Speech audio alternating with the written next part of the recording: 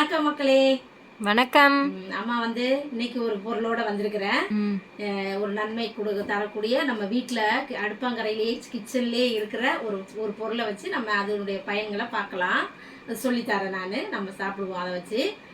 அதுக்கு முன்னாடி நம்ம சேனலை கொஞ்சம் சப்ஸ்கிரைப் பண்ணிக்கிறோங்க. லைக் போட்டுட்டு வீடியோ பாருங்கள். லைக்னோடனே அம்மாவுக்கு சிரிப்பு வந்துடும். லைக் போட்டு வீடியோ பாருங்கள். செல்லப்பிள்ளை சால்வி சேனல் மறந்துடாதீங்க.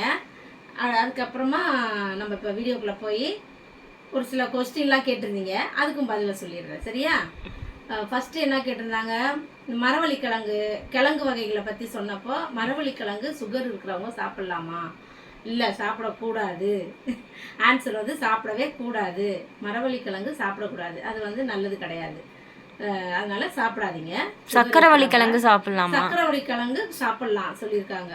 கொஞ்சம் சாப்பிடலாம், அது ஒன்றும் பண்ணாது. அதில் வந்து நிறையா நார்ச்சத்து நிறையா இருக்குது. கண்டிப்பாக அதெல்லாம் சாப்பிட்லாம், ஒன்றும் பிரச்சனை இல்லை அப்படின்னு சொல்லியிருக்காங்க. அடுத்தது வந்து பூண்டு சொன்னா, பூண்டுல ஒரு கொஸ்டின் கேட்டிருந்தாங்க. மலைப்பூண்டு சாப்பிட்லாமா? மலைப்பூண்டுன்றது பெருசு பெருசாக இருக்குமே, பூண்டு உருண்டையா பெருசு பெருசாக இருக்கும். ஒரு பல்லே இவ்வளோ பெருசு வரும். அந்த பூண்டு வந்து சாப்பிட மாட்டாங்க நார்மலாக. அதெல்லாம் சாப்பிட்டா அது பவர் இல்லை அப்படின்வாங்க. நாட்டு பூண்டு தான் நல்லதுன்னு சொல்லுவாங்க இல்லையா? அதனால் நாட்டு பூண்டு கிடச்சா வாங்கி அதை ஒரு உருண்டையாக அது மாதிரி நேற்று நான் காட்டினல அந்த மாதிரி அதை மாதிரி சாப்பிடுங்க. அப்படியே கிடைக்காத பட்சத்துக்கு அந்த பூண்டை அந்த டைமுக்கு கேஸ் ட்ரபிள் நிறையா இருக்குது, உடம்பு வலி இருக்குது, வயிறு ஒரு மாதிரி இருக்குது, நெஞ்சு வலிக்கிற மாதிரி இருக்குது அப்படின்னா அதையே இப்போ ஒரு இதில் வந்து 5 பல் எடுக்கிறோன்னாக்கும் அதில் வந்து 2 பல் எடுத்து அதை நல்லா வறுத்துட்டு நல்லா உள்ளே வெந்திருக்கும். வறுத்தோம்னா அடுப்பில் சட்டியில் போட்டு வறுக்கும்போது அதை சாப்பிட்டுக்கணும். ஓகேயா? அவ்வளோதான், ஆன்சர் சொல்லிட்டா இருக்குது. அடுத்து நம்ம வந்து வெந்தயத்துக்கு வருவோமா. நம்ம வீட்டில் இருக்கிற பொருள் என்னன்னு சொன்னால வெந்தயம் எதுக்கெல்லாம் நல்லா நமக்கு நோய்களை தீர்த்து கொடுக்கும் அப்படின்றது தான் நமக்கு தேவை. இப்போ இன்னைக்கு நம்ம வந்து வெந்தயத்தில் இருக்கிற நன்மைகளை முதல்ல தெரிஞ்சுக்கலாம். என்ன அப்படின்னாக்கும் விட்டமின் சி, புரோட்டீன்கள் இருக்குது, அப்புறம் வந்து நார்ச்சத்து இருக்குது, இரும்பு சத்து இருக்குது, அப்புறம் நமக்கு உடல் எடையை கூட அது குறைச்சி கொடுக்கும். அதுக்கும் யூஸ் பண்ணுவாங்க அதை. அடுத்து உடம்புக்கு குளிர்ச்சியாக இருக்கும். அது நம்ம சாப்பிட்டுட்டோம்னாலே கோல்டு பிடிக்கும் அப்படின்னு கூட சொல்லுவோம். ஆனால் கோல்டு பிடிக்கும், அது மூக்கடைப்புலாம் வரும் வெந்தயம் சாப்பிட்டோம்னா. அந்த மூக்கடைப்பு சைனஸ் ப்ராப்ளம் இருக்கிறவங்க கொஞ்சம் குறைச்சிக்கிறணும், அதை சாப்பிடக்கூடாது. அதை எப்படி சாப்பிடணும்னா நம்ம டெய்லியும் சாப்பிட்லாம்.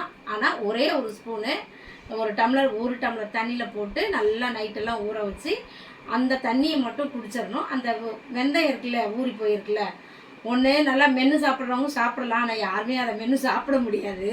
நீங்கள் வந்து டபக்குன்னு போட்டு தண்ணியை ஊற்றி அப்படியே முழுங்கிக்கிற வேண்டியது தான். வேறு என்ன பண்ணுறது? மென்று சாப்பிட பிடிக்காதவங்க, பிடிச்சவங்க சாப்பிட்டுக்கிறலாம். சுகர் இருக்கிறவங்க எப்படி சாப்பிட்லாம் அப்படின்னா, சுகர் இருக்கிறவங்களாம் நம்ம இப்போ வெயிட் எவ்வளோ இருக்கிறோம் அப்படின்னா, நம்ம 50 கிலோ இருக்கிறோம் இல்லையா? 1 கிலோவுக்கு வந்து 1 கிராம். நம்ம 1 கிலோ இருக்கிறோம், 1 கிலோவுக்கு 1 கிராம்னா நம்ம 50 கிலோ இருக்கிறோன்னா 50 கிராம் வெந்தயத்தை நல்லா 3 நாளைக்கு ஊற வைக்கணும். நைட்டில் ஊற வச்சு அது அப்படியே முளை கட்டிடணும். முளை கட்டி அந்த 3ஆவது நாள் எடுத்து நம்ம வந்து மிக்சியில் போட்டு நல்லா அரைச்சிட்டு அதை பால் எடுத்து அந்த பாலை குடிச்சிடணும் நம்ம. அது அப்படி குடித்தோம்னா சுகர் நல்லா டக்குன்னு இறங்கிடும். ஆனால் ரொம்ப இறங்க விடக்கூடாது. லிமிட்டடாக கரெக்டாக நார்மலாக வச்சுக்கிறணும். ஆனால் இறங்கும். ரொம்ப ஓவராக சுகர் இருக்கு இல்லையா? 300 350 போகிறவங்களாம் இருக்காங்க நிறைய பேர். அந்த மாதிரி குடித்தா அது ரொம்ப நல்லது. அதையும் செஞ்சு பாருங்கள். சுகர் நிறையா இருக்கிறவங்க அது மாதிரி செய்யலாம். அதெல்லாம் நல்ல மருந்து தான். எனக்கு சொன்ன வைத்தியம் இதெல்லாம். டாக்டர்கிட்ட போனப்போ ஒரு சிலர்லாம் சொல்லுவாங்க, நாட்டு வைத்தியம்லாம் சொல்லுவாங்க. எங்களுடைய தெரிஞ்சவங்க பழகினவங்களாம் சொல்லியிருக்காங்க. அதனால நானும் உங்களுக்கு சொல்கிறேன், நீங்களும் அதே மாதிரி செஞ்சு பாருங்கள். பால் அரைச்சி பால் எடுத்து குடிக்க பிடிக்காதவங்க அது என்ன பண்ணலாதுன்னா, முளை கட்டிடுறோம்ல, அதை திரும்ப அடுப்பில் நல்லா வேக வச்சிடலாம். குக்கர்லலாம் வேணாம், சும்மா நார்மலாக ஒரு சின்ன பாத்திரத்தில் போட்டு அப்படியே வேக வச்சுட்டு அப்படியே ஸ்பூனில் எடுத்து சாப்பிட்றலாம். அப்படி சாப்பிட்டாலும் சாப்பிட முடிஞ்சவங்க சாப்பிடுங்க. அவ்வளோதான், ஈஸியாக இருக்கும். அதுவும் ஈஸியாக தான் இருக்கும். என்ன கொஞ்சம் கசப்பாக இருக்கும். அந்த கசப்பை தாங்கிக்கிட்டு இருக்கிறது தான் சுகரை குறைக்கும். அப்போ தான் குறைக்கும்.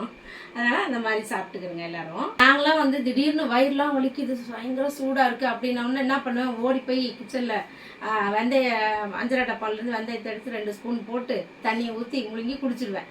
அந்த வெந்தயத்தையும் முழுங்கி விட்டுருவேன். ஆனால் அப்போ அப்படி தான் முழுங்கிட்டு இருந்தோம். ஆனால் அது நல்லது கிடையாதான், அப்படி முழுங்கக்கூடாதான். அந்த இப்போ எல்லோரும் சொல்கிறாங்க இல்லையா, நம்ம வெளியே வைத்தியத்துக்குலாம் போகிறப்போ சொல்கிறாங்க அப்படிலாம் சாப்பிடக்கூடாது, அது பலன் இல்லை.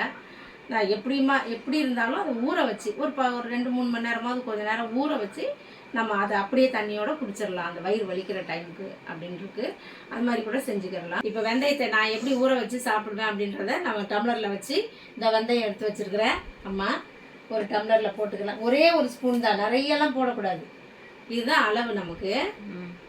அப்படியே அந்த ஒரு ஸ்பூனை டம்ளரில் போட்டுட்டு இது ஃபுல்லாக தண்ணி ஊற்றிடணும். அப்படியே இதை என்ன செய்யணும், ஃபுல்லாக ஊற்றினா அலம்பி ஊற்றிடணும் தான் நான் குறைச்சி வச்சுருக்கிறேன். இதை என்ன செய்யணும், நல்லா அப்படியே மூடி வச்சுட்டு காலையில் இப்போ நம்ம இங்கே தானே இருப்பேன், இங்கே தானே தூங்க போகிறேன், இதை அப்படியே ஊறட்டும். இந்த மாதிரி ஊற வச்சுட்டு காலையில் எழுந்த உடனே அந்த தண்ணியை கடகடன் வெறும் வயிற்றில் தான் குடிக்கணும். சாப்பிட்டுட்டுலாம் குடிச்சு பலனு கிடையாது. வெறும் வயிற்றில் குடிச்சிட்டோம்னா சூப்பரான நன்மைகள்லாம் இந்த வெந்தயத்தால் நமக்கு கிடைக்கும்.